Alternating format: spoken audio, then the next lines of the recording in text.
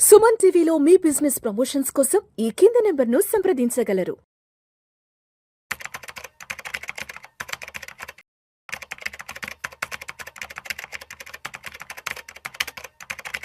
నమస్తే, welcome to Suman TV. నేను విష్ణు. ప్రస్తుతం నాతో పాటు చార్టెడ్ అకౌంటెంట్ లేళ్ల రవీంద్ర బాబు గారు ఉన్నారు. సార్తో మాట్లాడదాం. రవీంద్ర గారు నమస్తే సార్. నమస్తే విష్ణు గారు. రవీంద్ర గారు, రీసెంట్ గా ఈక్విటీ ఇన్వెస్ట్మెంట్స్ దానికి సంబంధించిన క్యాపిటల్ గెయిన్స్ మీద ఒక న్యూస్ ఒకటి రావడం జరిగింది. ఈక్విటీలపై ఎల్టీసీజీ పన్ను తొలగించే ప్రతిపాదన ప్రస్తుతం ప్రభుత్వం దగ్గర లేదంటూ కూడా ఏదో ఒక న్యూస్ వచ్చింది. ఏంటి దీని గురించి కొంచెం డీటెయిల్ గా చెప్తున్నారు?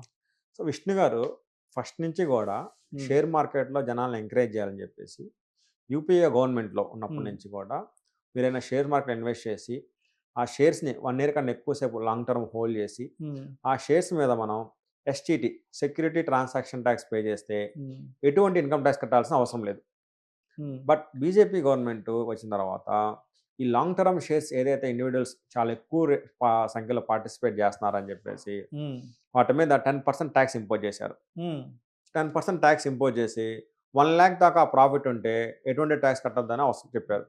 నెక్స్ట్ ఇయర్ ఆ 10%ని 12.5%కి ఇంక్రీజ్ చేశారు. ఇంక్రీజ్ చేసి మళ్ళీ 1.25 lakhs దాకా ప్రాఫిట్ మీద ఎటువంటి ట్యాక్స్ కట్టద్దని చెప్పారు.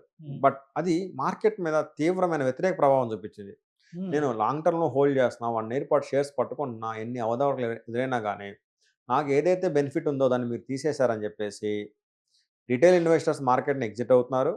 నెక్స్ట్ ఎఫ్ఐఎస్ ఫారెన్లో ఎవరైతే ఇండియాలో ఇన్వెస్ట్ చేస్తారో వాళ్ళందరూ కూడా మార్కెట్ నుంచి ఎగ్జిట్ అయితే స్టార్ట్ అయ్యారు. మీరు లాస్ట్ 1 year చూస్తే ఎంతమంది ఇండియా మార్కెట్ నుంచి బయటకు వెళ్ళిపోయారు. లాస్ట్ 2 సంవత్సరాల నుంచి ఎఫ్ఐలు విపరీతంగా ఎగ్జిట్ అయిపోయారు. అయితే గవర్నమెంట్ ఏం చేసిందని ఈ ఎఫ్ఐఎల్ మరి బాగా ఎగ్జిట్ అవుతున్నారు.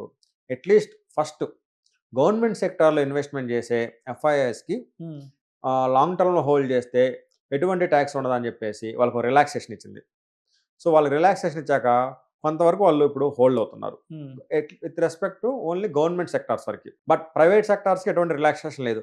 బట్ ఒక అపోహ ఏమొచ్చిందంటే మీరు గవర్నమెంట్ సెక్టార్లో రిలాక్సేషన్ ఇచ్చారు కాబట్టి ప్రైవేట్ సెక్టార్లో కూడా ఇంక ఇస్తారు, సో ఎఫ్ఐఎస్ నిలబడతారు, రిటైల్ పార్టిసిపేషన్ వచ్చింది అని చెప్పేసి పెద్ద ఎత్తున మార్కెట్లో చర్చ వచ్చింది.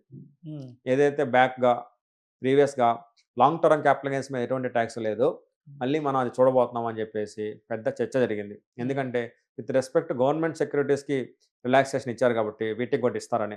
దెన్ గవర్నమెంట్ అలాంటిది ఏమీ లేదు, మాకు ఓన్లీ షేర్ మార్కెట్ నుంచి లాస్ట్ ఇయర్ 62,000 కోట్లు వచ్చినాయి, ఇప్పుడు దగ్గరగా 1,00,000 కోట్లు ట్యాక్స్ రూపంలో వచ్చింది కాబట్టి అటువంటి ప్రతిపాదనలు ఏమీ లేవు.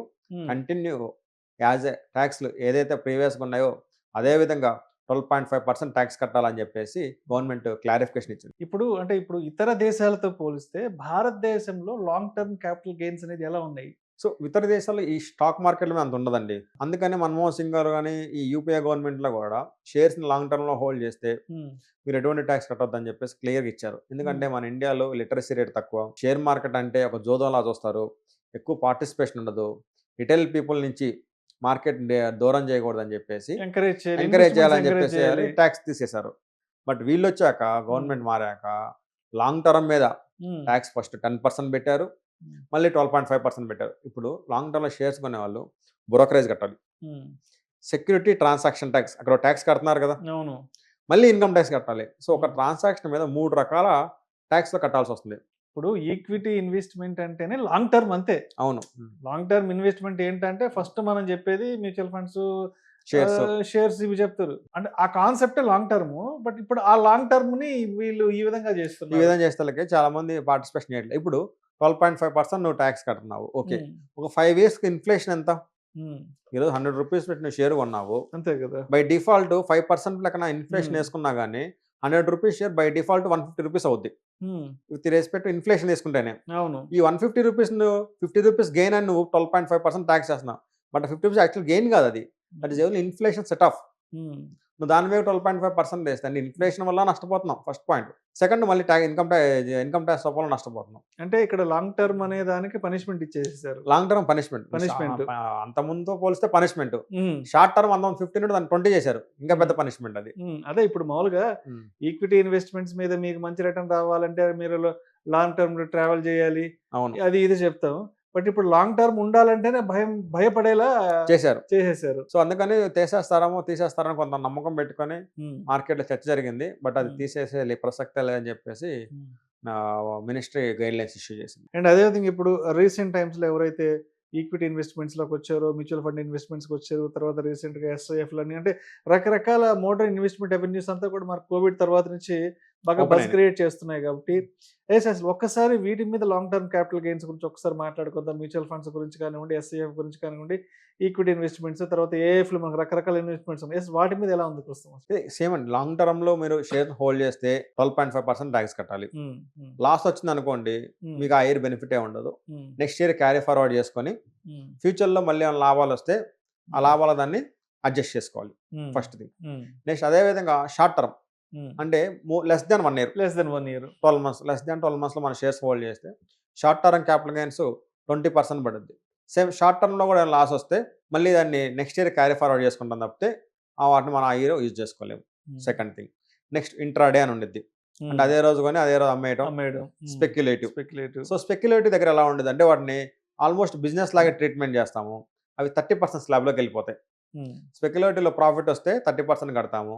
స్పెక్యులేటివ్‌లో లాస్ వస్తే ఓన్లీ 4 ఇయర్స్ పాటు మాత్రమే క్యారీ ఫార్వర్డ్ చేయాలి. మిగతాయన్నీ కూడా 8 ఇయర్స్ క్యారీ ఫార్వర్డ్ చేసుకోవచ్చు. ఓన్లీ స్పెక్యులేటివ్‌ని మాత్రం ఓన్లీ 4 ఇయర్సే క్యారీ ఫార్వర్డ్ చేసుకొని మళ్ళీ స్పెక్యులేటివ్ ప్రాఫిట్‌తోనే అడ్జస్ట్ అయ్యిద్ది. లాంగ్ టర్మ్ క్యాపిటల్ ఎంత కానీ షార్ట్ టర్మ్ క్యాపిటల్ ఎంత అడ్జస్ట్ అవ్వదు. ఓన్లీ స్పెక్యులేటివ్ ప్రాఫిట్‌తో అడ్జస్ట్ అయ్యిద్ది. అది కూడా 4 ఇయర్స్ మాత్రమే. అలా 3 రకాల ట్రాన్సాక్షన్‌లకి ట్యాక్స్‌లు 12.5, 20%, 30% విధిస్తున్నారు ఇప్పుడు. అంటే ఇప్పుడు ఏదైతే విధిస్తున్నారో ఈక్విటీ ఇన్వెస్ట్మెంట్స్ మీద లాంగ్ టర్మ్ క్యాపిటల్ గెయిన్స్ అనేది, సో మార్కెట్ వర్గాలు దీని మీద కొంత అసంతృప్తి వ్యక్తం చేస్తున్నారు కాబట్టి ఇటు దలాల్ స్ట్రీట్ కానివ్వండి, ఇటు ఎఫ్ఐలు కానివ్వండి, డిఐలు అందరూ కూడా కొంత అసంతృప్తి వ్యక్తం చేస్తున్నారు కాబట్టి నెక్స్ట్ బడ్జెట్కి ఏమన్నా దీనికి సంబంధించి ఏదైనా మినహాయింపులు ఏదన్నా ఉండే అవకాశం ఉంటుందంటారా? ఏదన్నా ఛాన్స్ ఉందా? ఏం చేయరండి. హ్మ్.